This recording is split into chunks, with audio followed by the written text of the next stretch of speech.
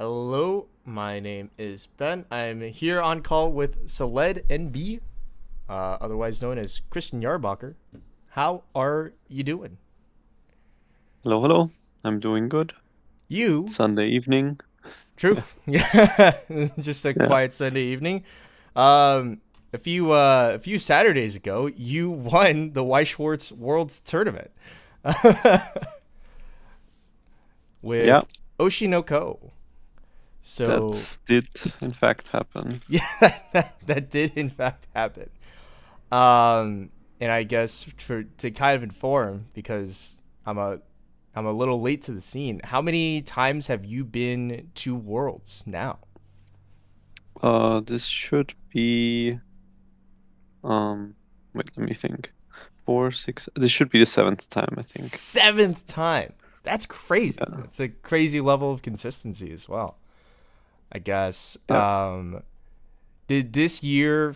Does this year or this meta feel like particularly well? It is. It's obviously different every year, but was there anything different about this experience going into Worlds, or was it just kind of like prep the new deck and get to Um, stepping?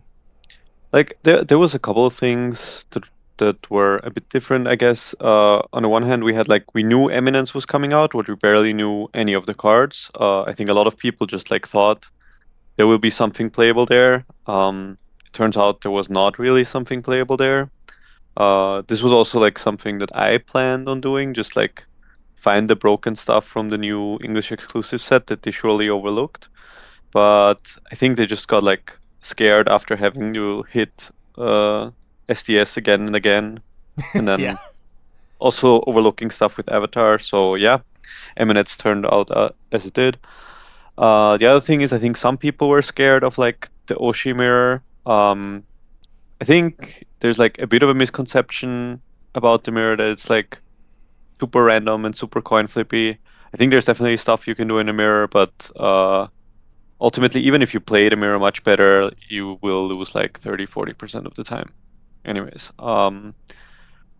other than that, I think for this meta specifically, there was like a clear best deck to bring in Oshi, and then like Bang Dream was like the other deck that you could consider bringing. And Overlord if you wanted to like just high roll. Um, so I guess we had a fairly defined meta for this world, which we also basically did last year Yeah. with Bunny Girl. Um, Other than that, I guess nothing too special about this year's world. Like the Eminence could have made it like different or special, but that didn't end up happening. Right. For sure. I guess in all of the worlds that you have been to, this was a fairly defined meta. The last year was a fairly defined meta. In the other five times that you went, was that generally the case, or were there other tournaments that like there was So some mix up? 2017 was like very clearly AOT meta. Like Right. if you were not playing AOT that year, you were trolling. Um, then 2018 there was like a couple more decks you could play. You could play like Konosuba, you could play ReZero. I'm actually not sure if Konosuba Volume 2 was out that year, but I think so. You could also play Kantai with Volume 3 because Kantai could like wall out AOT a bit at level 1 and then you could like try to win off of that. Um, 2019 was basically the same decks then. Right. Right. Uh, and then we had the Corona break. Yep. And then we came into the US Worlds, which was it was basically a SDS and Nino meta, but it should have been just an SDS meta. But the set just came out, people didn't know the deck. Uh, Mm-hmm. yeah, that should have also been the year I won, not this year, but why stuff happens, Yeah. and top eight ended very unfortunately. And then Uh, the last couple years, I guess trying to remember 2023. I think there was like SDS Slime. Um, yeah, that's right. what else was there? Hololive, I guess. Yeah. A bunch of decks, and but no really like I would say like top meta deck. Maybe you could say it was like Slime over the course of that season, but oh Avatar, right? Yeah. Actually, we had a bunch of decks, yeah. Yeah. Um, and that year I wanted to play Avatar, but I was scared of Slime because Slime, if they do like the hexproof, um, if they do hexproof assist plus sack counter, you actually just cannot get off your end game. It's like the only deck where you could not get off your end game 100% of the time. And then it feels a bit scuffed because you have like no good way of dealing with the Muran. So I ended up like going with the safe pick of SDS, and then I got Catsed. Um, Ah, that getting was a cats fun that world. worlds. Yeah, I'm- imagine getting Cats that world. yeah, yeah, exactly. So Um, you've obviously been playing for quite a long time in comparison to there's been more and more kind of entry into the game. I mean, I literally yeah, started playing the game maybe only at this point like 3 or 4 years ago. So like I even I think like yeah didn't even know about some of the world's metas you were just talking about. And this year you kind of finally broke through. And after that world's win, did you feel any particular way about that? of course it's like very relieving to like finally cross that off of your, I don't know, bucket list, checklist. I've like accomplished this thing. I don't need to accomplish this anymore. Doesn't really mean that I will take the game like less seriously or anything, but it means like I don't have to commit as much time. Also, obviously, you're auto qualified for next year, so you don't have to like invest that much time into the circuit. Also, I felt like, especially the last couple of years, the game has gotten like more random, harder to like win tournaments because like cards are just more powerful. So um, yeah, you can like, even if your opponent doesn't know what they're doing, they can usually get to like a very respectable end game where they just flip the game. So I almost thought it wasn't gonna happen anymore, but yeah, it didn't happen when you don't expect it anymore. Yeah. With like a deck that, like if you look at the deck list, it's basically ChatGPT, the like 100 decks from Japan use like the most common cards. I think you Yeah. probably have exactly my list. Like I don't think I put in like anything that's unusual. Yeah, just like a very standard, very normal Oshi No Ko list, and then like just execute basically. Yeah. I mean, speaking about kind of like power creep in the game in general, um, like I mean, this Oshi No Ko finisher is kind of an example of that, right? It's like you get changer into no event, you get just like Mm, barrage of I ones and mean, heals, but finishers have been at this level for quite some time, but it's more like you have the brains, like the egregious cards in the set are the brainstorm and also yes, the level 1 combo having so yeah, much text and also like working so well together. Uh, but you also have this in like basically like now we'll get ReZero soon, which has like basically flip table endgame where you can never be safe from like any point. You can be 2-0 and be compressed or uncompressed, it doesn't matter. You have like a chance to die. Uma Volume 2 will bring the same kind of like violence. In JP right now, you have like Overlord, which can infinitely heal at level 2, yeah, or yeah, Gakumas, which just has a finisher that doesn't cost stock. yep, Uh, yep, the main thing that actually creeped was like utility and like stacking effects onto each other. yeah, So if you like make mistakes, it's like much easier to fix them. And because resource generation, like level 0 plussing, is much more abundant, and also combos sometimes just like +2 now. You have to like care less about like how many cards you put down, how hard you commit. Like having a board and keeping a board becomes less valuable because like the opponent can just like easily replace their board every turn anyways. Um, so yeah, the game just ends up being decided more along other axes, which you cannot really like avoid as much if you're like trying to skill check your opponent. It just doesn't work as often as it did in the past right, yeah, and because cards have more and text. yeah, exactly. I mean, arguably in JP, if you don't have a double plussing combo, like it's kind of unwinnable almost because there is so much kind of double plussing or like near double plussing going on, or just like a game plan that's so insane that you don't have to care. Like Overlord arguably doesn't have the greatest one combo, but like you just heal infinitely at level 2. So thoughts? Yeah, and your standby triggers go +2 if you have an or like the standby play actually even like just pluses you because the level 3 salvage is on standby Yep, exactly. play. So, Yeah, oh yeah, but we can obviously the game is still like playable. It's not gotten that bad yet, but yeah, the main thing that I wanted to say is I'm happy that it ended up happening this year because I'm not gonna sure. I was getting less sure if it was ever gonna happen if it didn't happen like in the last couple of years. right, yeah. What do you think would have been your kind of power creep of utility and the game asides? How much more do you think you had in you? Like, let's say it didn't happen this year. Like, how many more Mm. years would you estimate? Uh, I mean, it depends a bit on like how the game develops, but Right. probably like 2, 3, 4 years, like even maybe more years. It's hard to obviously say Mm-hmm. that much in the future, but I've stuck with the game for 11, 12 years now.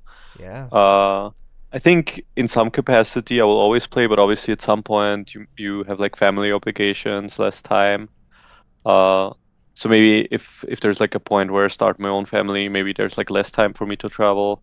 Uh, but to be honest, if you're just like trying to like go to like 2 tournaments and then play Worlds, you can probably fit that in at any point, anyways. And I trust myself enough that I would be able to qualify probably if I just like try for 2, 3 tournaments. This is something I covered like in another interview. Right. Um, Yeah. that it's like important to give yourself like chances to qualify.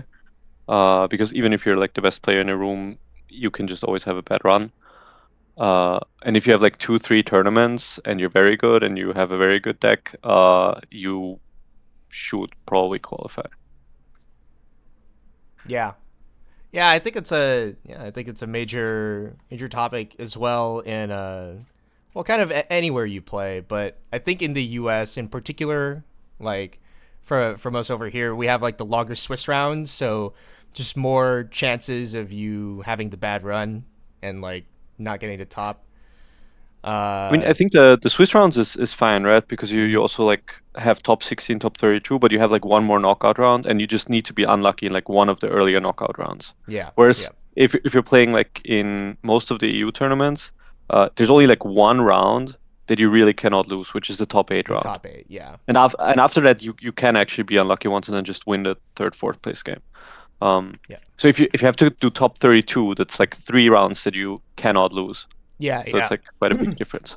Excuse me. Um, Yeah, I think I was what is it? Uh Panda I'm not sure we've had on before, but he's like a player from California. yeah, Like, actually did like talk with him today. nice. So yeah, Nice, that's funny.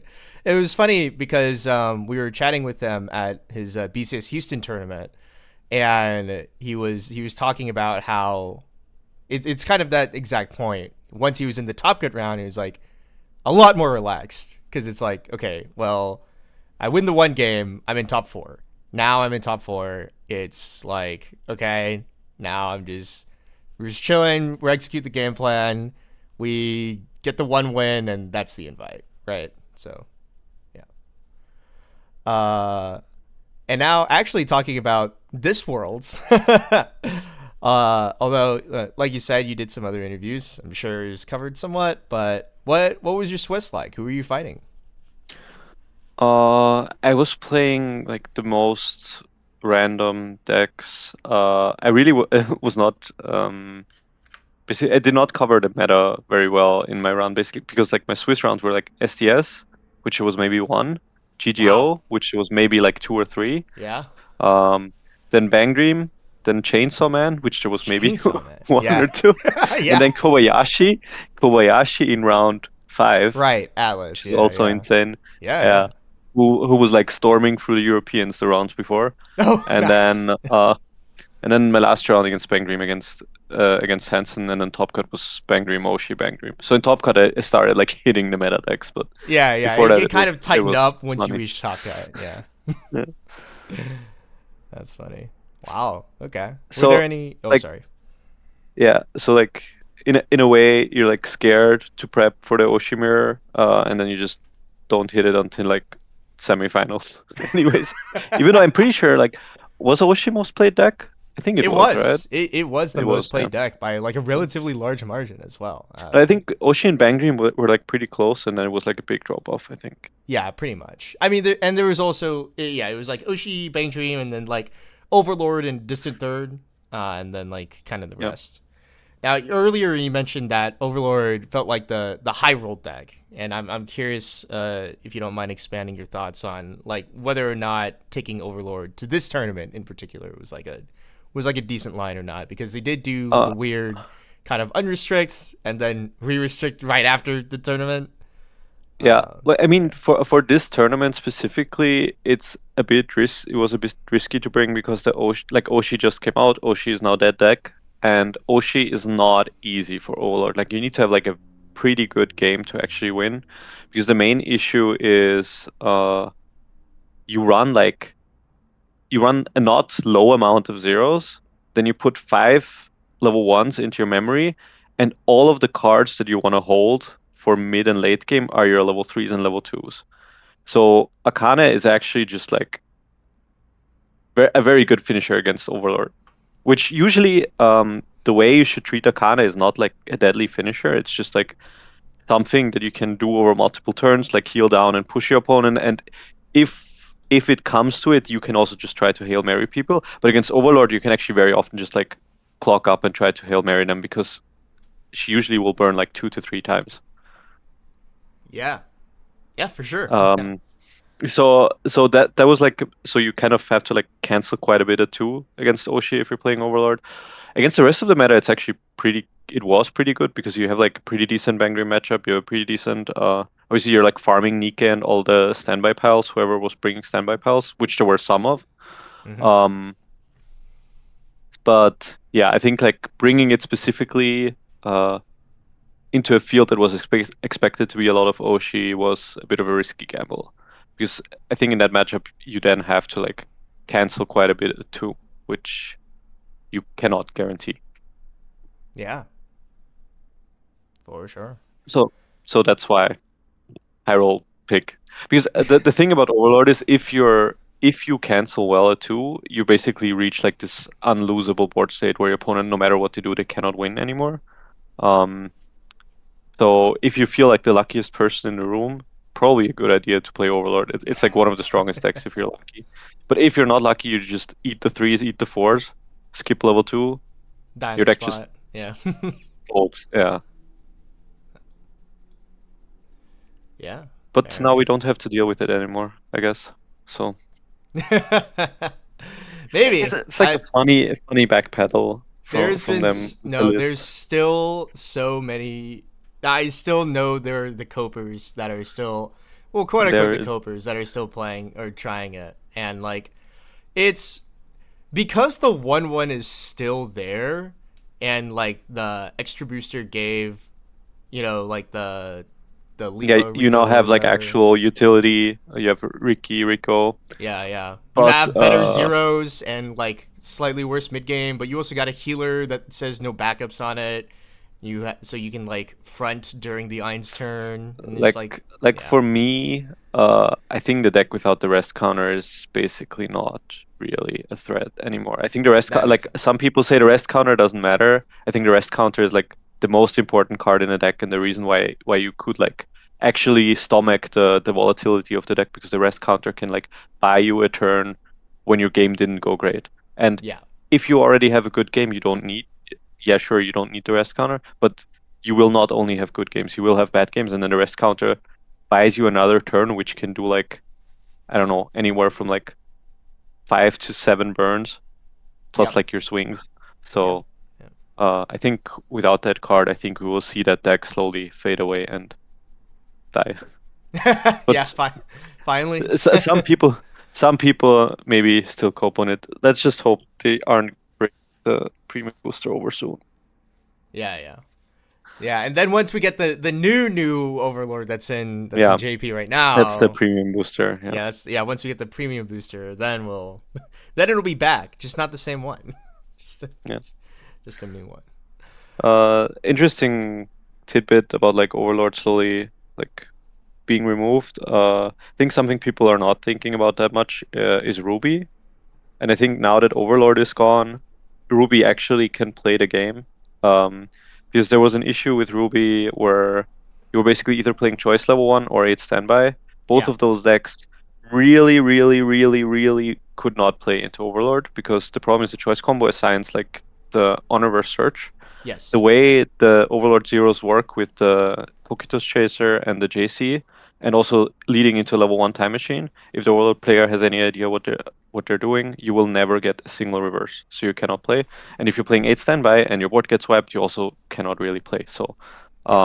that deck being gone actually lets Ruby breathe a bit, and Ruby is actually pretty decent into Bang Dream, and it should, if you play the Choice Level 1, it probably is also fine into Oshi, so we might see a bit of like a Ruby comebacks is a bit weird because I don't think it was ever really there, but that's a Yeah. playable deck Yeah. that people might not have on the radar Yeah, for sure. with the Overlord gun.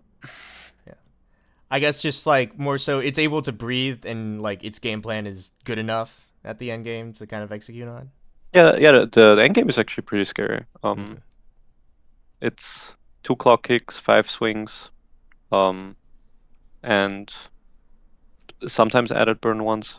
Yeah. Depends a bit on like how your exact setup is, but Yeah, it could uh, be added burn ones or added icy tail or, yeah, that you whole can thing. do the ICTL 5 or stock swap also. Yeah. Yeah.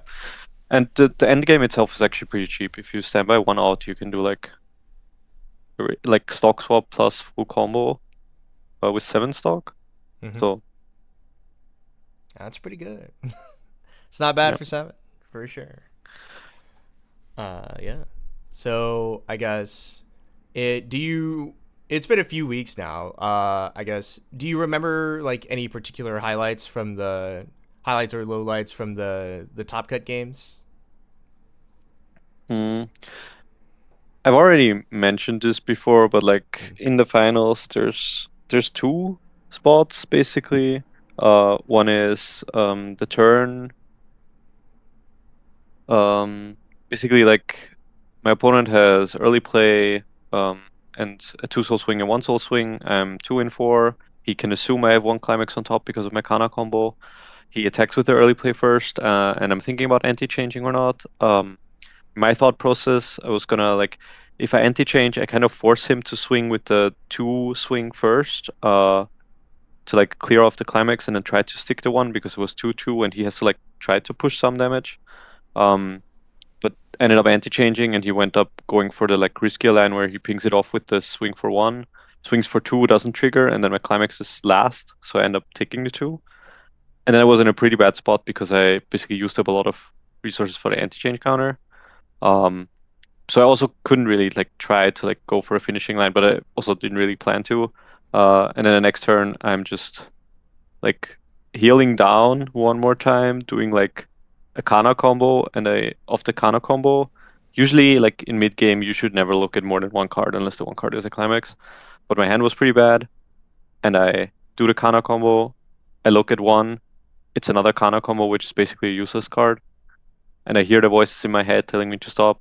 I ignore the voices in my head telling me to stop. I look at another card. It's a Kana combo. Doesn't help me at all. I say, okay, whatever, I'll take the combo.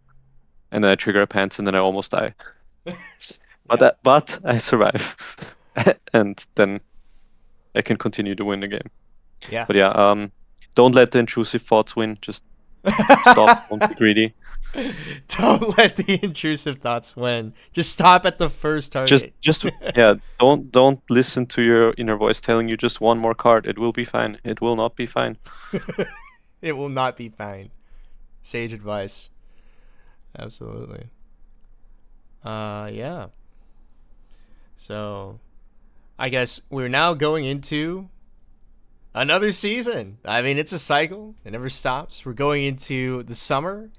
Are you planning on playing any of that? And Yeah, I will okay, play 2 tournaments. I will play Germany and Austria. nice. Sadly, Europe got kind of like um the bad end of the stick this season Oh, because did we went they? from Yeah. 6 tournaments to 4, What? Oh, I didn't and realize. and 1 or 2 of them are in bad locations. Yeah, in theory we have Ugh. 5, but Italy only has Vanguard, so No. Weiss literally only has 4 tournaments.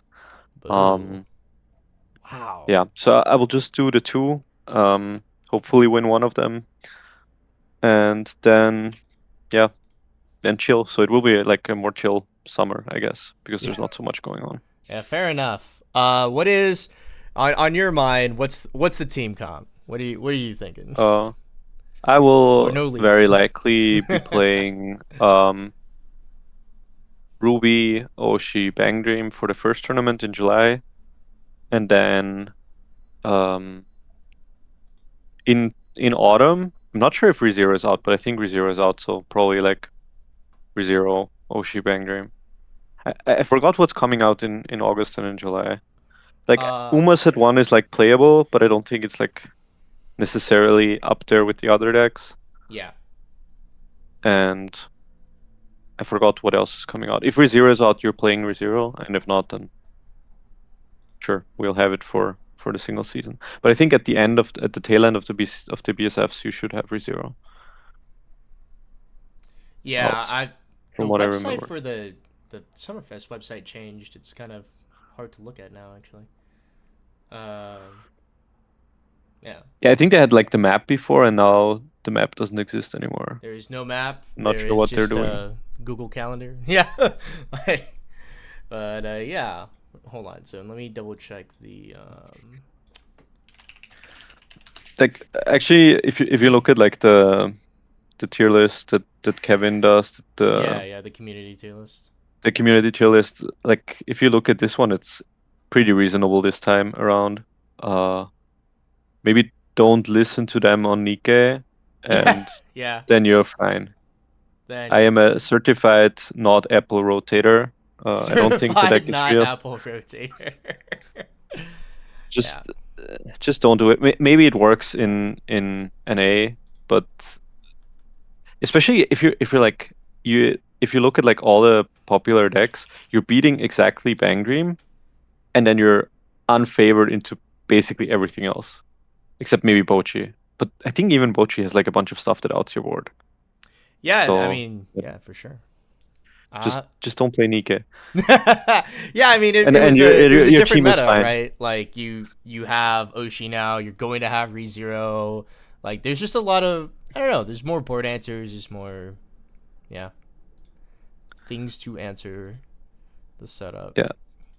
So that's like the only thing from the community tier list that if you avoid that, I think you can follow that list and it's probably fine to play. Yeah. I think like the Eminence hate is maybe like a bit overblown. Like the set is not unplayably bad. For It's sure, just gonna yeah. be like inconsistent based on Mm. like having no utility. Yeah. But it's fine to play as a trios deck. Is it gonna be your best play? Probably not. Is it like okay if you like Eminence? Yeah, it's okay to play. Yeah. Yeah, and just double checking ReZero is out before Modling. So yeah. Yeah. Yeah. So it's actually out like right before Modling. It will be that Modling will be Modling and Sydney will be the first legal tournament for for ReZero. So So I guess I hope I have my cards, and if I have my cards, I will play ReZero. there you go. Big if true. Yeah. All right. Well, this has been a great conversation.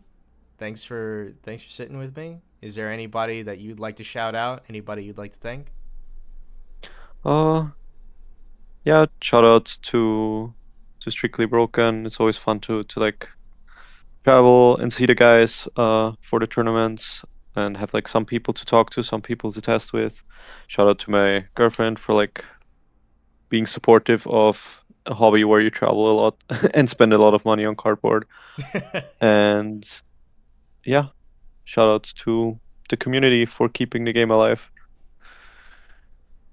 All right, and that was celednb, or how would you say that? So, um, the name is actually a combination of Celebi and DNB, which stands for drum and bass. So I guess Cele Oh yeah. DNB. But yeah, most people just call me Yabi. It's like not like a very uh easy gamer tag to roll off the tongue, but it's always free. So All right, it you know, just made sense little to bonus keep question. sticking with it. So, as Celebi and drum and bass, are you a big drum and bass guy? Is that Yes, oh yeah. yes. Um, I know in America it's not that big, but yeah, in Europe it's always been like pretty there. So I grew up listening to it a lot. I also DJ drum and bass Nice. um, That's sick. for quite some time, although in the last couple of years I didn't really get the opportunity to do it too much. But I still like listen to it a lot and go out to it a lot. Who are your So yeah. favorite? Yeah, we'll tag it a little bonus here. Who are the drum and bass people to be listening to right now? Your opinion? Uh, a lot always, but like as like classic favorites, Caliber, Break. This is like I think more niche stuff, let's say. But yeah, Caliber, Break, Spy, DJ Marky. I like a lot of the BC has been one of my favorites recently. Like, but he's been doing stuff for 20 years. Paul and Bryson. A lot of the more liquid melody key stuff. It's just like with age I've mellowed out, I guess, and started listening to like more smoother stuff. But Yo, yeah, that all of those artists make very good music. hell yeah. Thanks for the Rex. Yeah, time makes a fool of us all, or something, something. But yeah, thanks for sitting down and chatting with us. That was celednb, Yabi, Christian Yarbacher, world's champion for this year, and maybe another one. Who knows? We'll see. Thank you very much. I will try to defend my title. See There you you guys. go.